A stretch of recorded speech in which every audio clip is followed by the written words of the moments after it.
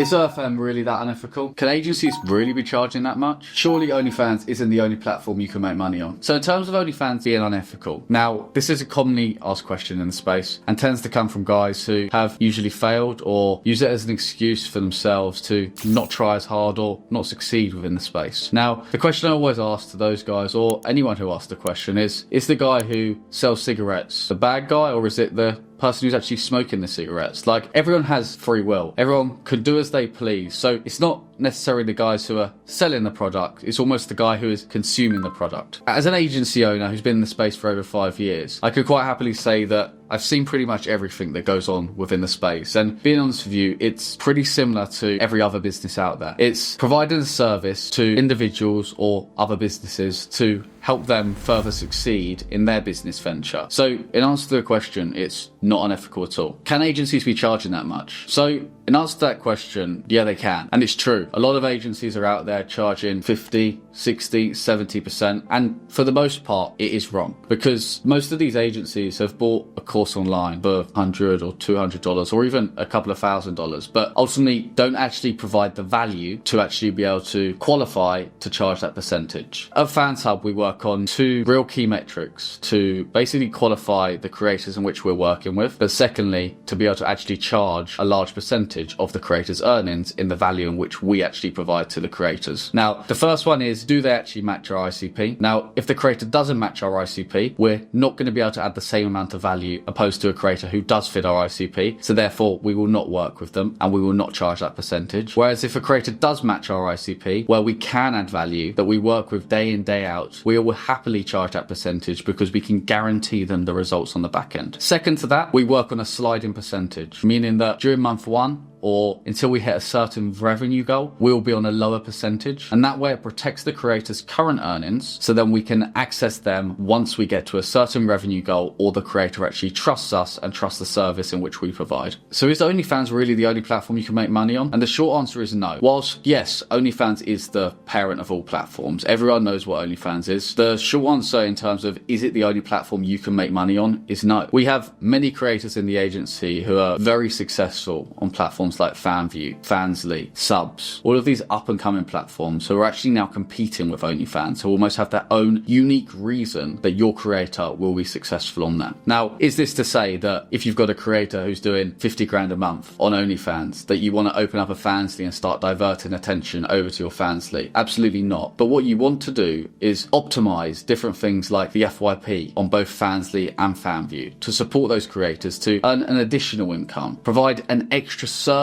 to these creators outside of what other agencies might or might not be doing. AI models are going to take over. Whilst AI is on the rise and will continue to be on the rise for many years, in my opinion, I don't think AI is going to take over the OnlyFans space for a few reasons. Firstly, OnlyFans is against AI models entirely. And secondly, Instagram and other large social media platforms are starting to put regulations in place, which basically allows users to see what content is AI and what content isn't AI. So do I think it will impact the industry? Of course. But do I think those impacts will be positive and actually allow fans to have a better experience, as well as creators to make more revenue by having AI enhancements opposed to actually AI taking over the whole industry? OnlyFans won't be around in years to come. Now, this is a question and almost a concern we've been hearing in the industry since we first started. Back in 2020, OnlyFans nearly got banned. Everyone was in panic then. There was also a lawsuit back end of last year. But again, there's all these rumors, all these misconceptions around OnlyFans being banned and OnlyFans staying around for the future. In my honest opinion, do I think that OnlyFans is going to be around in 5, 10, 15 years? Potentially not. But the concept of OnlyFans and the concept of actually being able to purchase content from your favorite creators online will be around. So OFM as a business model isn't going anywhere. As well as that, OnlyFans has over 370 million active users with over 5 million creators, up from 300,000 active creators in 2019 and only 15 million active users in 2019. So it's one of the fastest growing industries, and I don't think that's slowing down. It's easy for creators to make money. Ultimately, that was the case, but it isn't anymore. Back in 2020, when we first started the agency, it was very, very different. And we feel like that's where that misconception comes from, where you could go on TikTok, you could post a couple of videos and go viral overnight. You could have a link to your bio to your OnlyFans, and you could have hundreds of thousands of dollars waiting in your account the next month. But the space is very different now. Agencies have caught on. There's over 5 million content creators you're competing with, and actually being that number one creator is very, very difficult. especially if you're not working with the right team. The agencies that we partner with, and even in FansHub itself, we've been in the space for over 5 years now. We know all the tricks of the game, all the do's and the don'ts. And ultimately, when supporting to creators, it's nowhere near as easy as what it once was, especially if you're not working with an agency. All niches pay the same. Niches are quite a hot topic at the moment because they're constantly changing. When we first started the agency back in 2020, it was all about the girl next door, the girlfriend experience. Back in 2024, there was a rise in transgender creators, male creators, and these days it's completely different. The industry is constantly changing. Every 6 months we see a turn, a change in what the fans are actually into, in terms of what the fans actually want to buy, the content they're interested in, and ultimately staying ahead of the curve with both your creators, in which you're onboarding to the agency, but also the content that your creators are actually selling to their fans is critical. And if you're not, you will not succeed in this space. The creator what was earning $100,000 last month will be earning something very different this month, and in 12 months time it will be very, very different if you don't stay up to date with the industry and the changes which happen. It's impossible to sign creators in 2026. Now, whilst we hear this a lot, I actually believe the opposite. Yes, there are more agencies and there's loads more gurus online selling you courses on how to use cold outreach, how to sign creators, and all of this kind of stuff that doesn't work. There's also over 15 times the amount of creators. There's now over 5 million OnlyFans creators on the platform who are active users month in, month out, meaning that you have over 5 million people that you can look and prospect to sign to join your agency. Yes, not all of them are ones that you want to necessarily sign. But again, if you identify your clear ICP, if you go after the creators that work for you, that you can scale and actually provide value to, you won't have an issue with signing creators in 2026. I actually break this down fully, explain how we go about signing 15 creators a month in our video 2 videos ago, so go and check that out. And there it is, a few common misconceptions that both managers and creators have within the OnlyFans space. Thank you so much for watching. Please drop us a subscribe and stay tuned for the video next week. If you have any further questions, just drop me a message on my Telegram and I'll be happy to help.